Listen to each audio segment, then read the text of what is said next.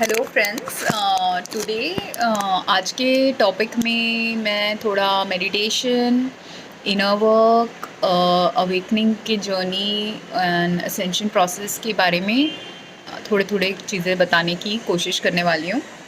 And there all very related to each other, इसीलिए इन topics पे मैं डिस्कस करना चाहती हूँ आज।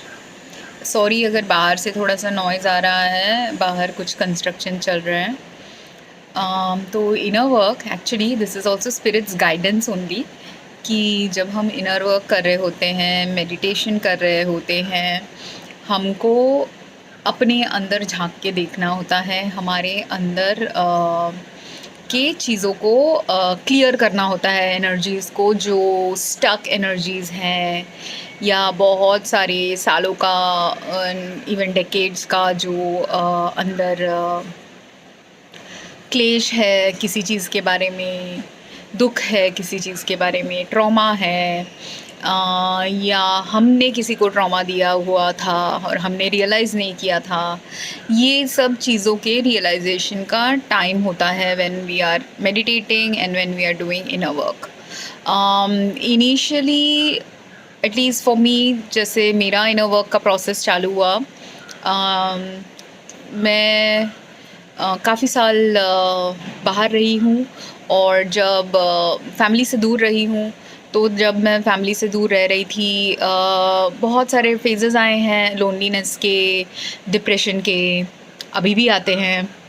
And in those phases I started doing meditation because आप जब इतने पेन में होते हो, सैडनेस में होते हो, लोनलीनेस में होते हो, तो मेडिटेशन बहुत अच्छा मेथड होता है अपने अंदर के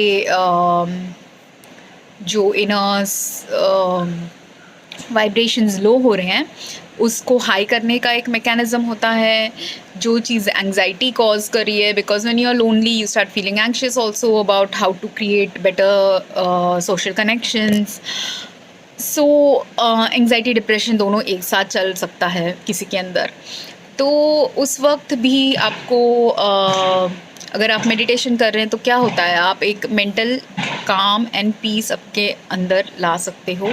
आपका सोल जो विचलित हो रहा है या दुखी हो रहा है या पेन में है, वो अगर आप कोई चैंटिंग कर रहे हैं या अगर आप ऐसे ही कोई हीलिंग वीडियो जो ऑरा क्लेंजिंग का होता है या मेडिटेशन का होता है, ऐसे वीडियोस देख रहे हैं, या कुछ म्यूज़िक से भी हीलिंग आती है लोगों को, ये सब क्योंकि जब मैं मेडिटेशन करती थी मैंने बहुत बहुत अलग अलग टाइप्स ऑफ मेडिटेशन वीडियोस देखे हैं, प्रैक्टिस करने की कोशिश की है। एंड मेरा मेडिटेशन स्टाइल एक्चुअली, मैं हूँ काफ़ी चंचल सा, एक अंदर मेरा चल रहा होता है, जो मैंने अभी रियलाइज़ किया। पहले मैं इतना रियलाइज़ नहीं की थी, पर बाहर से क्योंकि हम काम उंडी and when working and everything, also that calmness is there, but internally कुछ चल रहा होता है। ये सबके अंदर ही होता है, कि हम बाहर से कुछ अलग दिखा रहे हो सकते हैं और अंदर से हमारे अंदर कुछ और चल रहा हो सकता है। ऐसे फेजेस हम सबके अंदर आते ही हैं, बिकॉज दैट्स द मास्क। हम सब ने बचपन से सीखा है, लर्न किया है, सोसाइटी के साथ एडजस्ट करने के लिए हमारे कुछ कुछ गुणों को छुपा दिया है, बदगुणों को छुपा दिया है। तो इसीलिए गुणों और बदगुणों दोनों को छुपाने के लिए हम मास्क पहने रहते हैं, तो अंदर की ऑथेंटिक सेल्फ को कभी कभी बाहर नहीं दिखाते। एंड बट जब आप मेडिटेशन करने लगते हो तब क्या होता है, वो जो वाइब्रेशंस होते हैं वो मेडिटेशन म्यूज़िक के या मेडिटेशन चैंट्स के या म्यूज़िक थेरेपी के साउंड्स के एंड फ्रीक्वेंसी के, वो फ्रीक्वेंसी से आपका बॉडी ट्यून अप होने लगता है। और ट्यून अप किस चीज़ के लिए ट्यून अप हो रहा है, हम अलाइन हो रहे हैं to the universe natural sounds.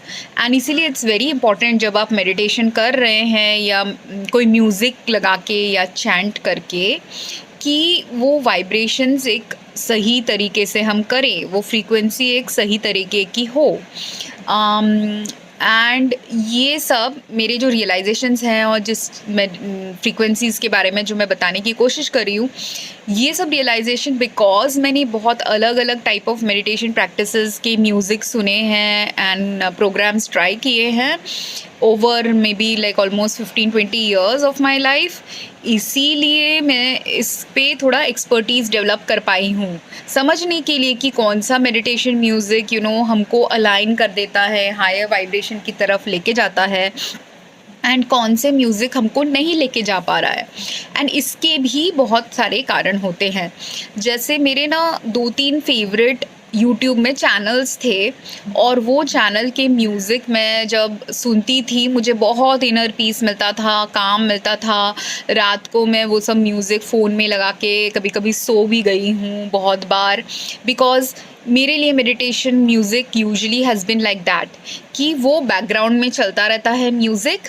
मैं नेसेसरीली तभी इंटरनली फोकस नहीं कर रही थी, या ऐसे जो लोगों का परसेप्शन होता है कि मेडिटेशन मतलब आप आंखें बंद करके ध्यान में बैठ जाओ और भगवान की तरफ देखो और अपने अंतरात्मा में मतलब इनर आई का जो इंट्यूशन को चैनल करने का भी एक मेथड होता है मेडिटेशन। सो जब लोग ध्यान लगा के मेडिटेशन करते हैं, आंखें बंद करके करते हैं, they are trying to connect to the upper chakras. Intuition वाला जो 6th चक्रा है थर्ड आई का, एंड जो 7th चक्रा यहाँ है क्राउन चक्रा, ये दोनों चीज़ों में ट्यून करके, एंड इवन हायर चक्रास हैं वो जब हम ध्यान लगा के मेडिटेशन करते हैं वो ये वाले अपर चक्रास के लिए है, ठीक है। But there are also a lot of us on earth जो अभी ये हायर चक्रास को तक पहुंचने के पहले हमको हमारे लोअर चक्रास को भी क्लियर करना है, लोअर चक्रास के प्रॉब्लम्स को भी सॉल्व करना है, लोअर चक्रास को भी हील करना है, उसके ब्लॉकेजेस को भी क्लियर करना है। तो इसीलिए जिन लोग ज़्यादा देर ध्यान में बैठ नहीं पाते हैं उनको पहले क्या करना है, उनको पहले रूट चक्रा को क्लियर करना है, क्योंकि सबसे नीचे हमारा जो बेस मूल धारा चक्रा होता है वो रूट चक्रा होता है जो बॉटम ऑफ आ स्पाइन में होता है। तो जब हम बैठे रहते हैं लोटस पोजीशन में तब वो रूट चक्रा को आप फील करने की कोशिश कर सकते हैं, और जब उसी चक्रा में ब्लॉकेजेस हों या वही चक्रा अच्छे से एक्टिवेटेड एंड बैलेंस में नहीं है तब हमको स्टिलनेस में आने में थोड़ी प्रॉब्लम होती है, तब हमको ग्राउंडेड रहने में भी प्रॉब्लम हो सकती है। एंड जब लोग ऐसे कहते हैं, या मैंने भी ऑब्ज़र्व किया है, मैं फार्मासिस्ट थी यूएस में, एंड मेरे यहाँ वहाँ जो पेशेंट्स कॉमनली बहुत आते हैं फार्मेसीज़ में, एक तो एल्डरली पेशेंट्स होते हैं, उनको मेडिसिन रेगुलरली चाहिए होता है। दूसरे टाइप ऑफ पेशेंट्स जो थे वो थे एडिक्शन वाले पेशेंट्स जो बहुत एडिक्टेड हो गए थे मेडिकेशंस पे, पेन मेडिकेशंस पे। वैसे पेशेंट्स मैंने बहुत देखे हैं, पर मैंने depressed and anxious patient, mental health issues वाले पेशेंट्स भी काफ़ी देखे हैं। तो जब फुल मून साइकिल आता था तब मैंने बहुत ऑब्ज़र्व किया था कि फुल मून में जो पेशेंट्स एंग्शियस होते हैं, ग्राउंडेड नहीं होते, इवन नॉट जस्ट पेशेंट्स, मैं भी अगर मैं ग्राउंडेड स्टेट में नहीं हूँ मैं उनके एनर्जीज एब्जॉर्ब कर लूँगी और मैं भी एंग्शियस हो जाऊँगी, ऐसा होता था। तो फुल मून के फेजेस में मैंने बहुत उस वक्त ऑब्ज़र्व किया था। This was almost like 10 years back, and ये मैंने 2-3 सालों से कंटिन्यूसली ऑब्ज़र्व किया कि व्हेनेवर फुल मून का साइकिल आने वाला है उसके आसपास के दिनों में ऐसे होता था। एंड इसके ऊपर स्टडीज़ भी एक्चुअली साइंटिफिकली हुए हैं। तो I was also a scientist, so as a scientist also मैंने पेपर्स पढ़े हैं। Some of the papers were inconclusive about it, because scientific studies भी अगर आपने करेक्ट वे से नहीं किया है पैराडाइम को फॉलो, तो आपके कैलकुलेशंस में एंड आपके एनालिसिस में गड़बड़ हो सकता है। And see why is the study inconclusive, some studies that were inconclusive कि फुल मून में लोग एंग्शियस ज़्यादा हो जाते हैं, is because not everyone will become anxious in full moon. There is a certain segment of population जो anxious हो जाता है फुल मून के वक्त। तो अगर आपने स्टडी में 100 पीपल को लिया है और वो 100 लोगों में 50 से 70% जो लोग हैं वो लोग अगर एंग्शियस पर्सनैलिटी टाइप है ही नहीं और वो लोग बैलेंस लाइफस्टाइल अगर जी रहे हैं तो उनको क्यों फुल मून इफेक्ट करेगा? नहीं करेगा। पर जो लोग एंग्शियस लाइफस्टाइल जी रहे हैं और जिन लोगों ने एंग्जाइटी का सोल्यूशन नहीं निकाला है, जिन्होंने समझा नहीं है कि वो फुल मून में एंग्शियस हो जा रहे हैं, जिन्होंने समझा नहीं कि कोई तो कारण है जिसके वजह से उनके लाइफ में एंग्जाइटी है, ऐसे सब लोग, जब आपने अपने आप को ही नहीं समझा, आपने अपने बॉडी के नीड्स को नहीं समझा, आपने अपने mental processes and emotional needs को नहीं समझा, दैट इज़ व्हेन एंग्जाइटी हमारे अंदर आ रहा है, राइट? सो एंड वो ट्रिगर फुल मून में कोई कोई अलग अलग साइंटिफिक कारणों से होता है, जिसके बारे में भी लेट्स सी वन साइंटिफिक कारण इज़ व्हाट, कि अगर आपने ये नोटिस किया होगा कि high tide, low tide moon के साइकिल के साथ रिलेटेड है। Tides meaning in the ocean का जो वाटर का लेवल्स है, इट एब्स एंड फ्लोज, वो चेंज होता रहता है tide depending on the moon cycle. So अगर मून के अंदर इतना शक्ति है to because of moon cycle some gravitational activities happening, जिसके वजह से ओशन का मूवमेंट्स ही चेंज हो जा रहा है।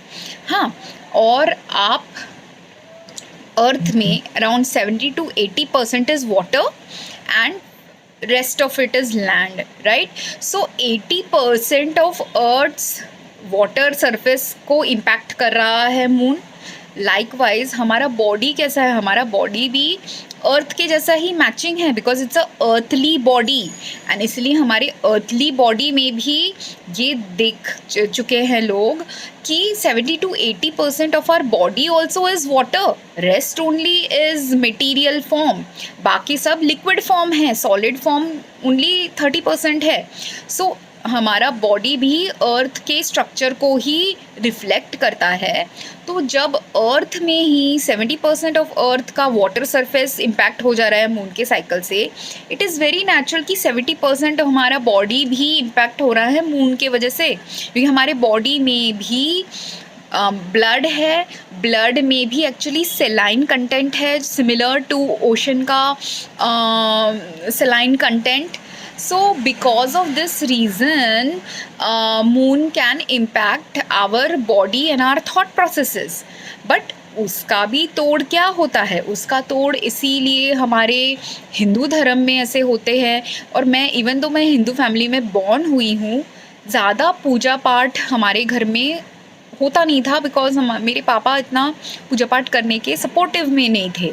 बट मेरी मम्मी के फैमिली में बहुत पूजा पाठ होता था, एंड नॉट जस्ट मेरी मम्मी के फैमिली में, मेरे पापा के फैमिली में भी उनके जो सिस्टर्स थे, मदर थे, उन लोग भी पूजा पाठ करते थे। बट यही है कि हम बॉम्बे में रहते थे, वो लोग कलकत्ता में रहते थे, वेस्ट बंगाल में रहते थे, तो इसीलिए उनके पूजा पाठ के प्रोसीजर्स मैंने कभी सीखी नहीं। पर मैंने देखी है कि हाँ, मेरी एक ये बुआ है जो हमेशा एकादशी मनाती है, या पूर्णिमा के वक्त पूजा होता है, ऐसे सब होता है ना। और हमारे बंगालीज़ में अमावस्या के वक्त हमेशा काली पूजा करते हैं।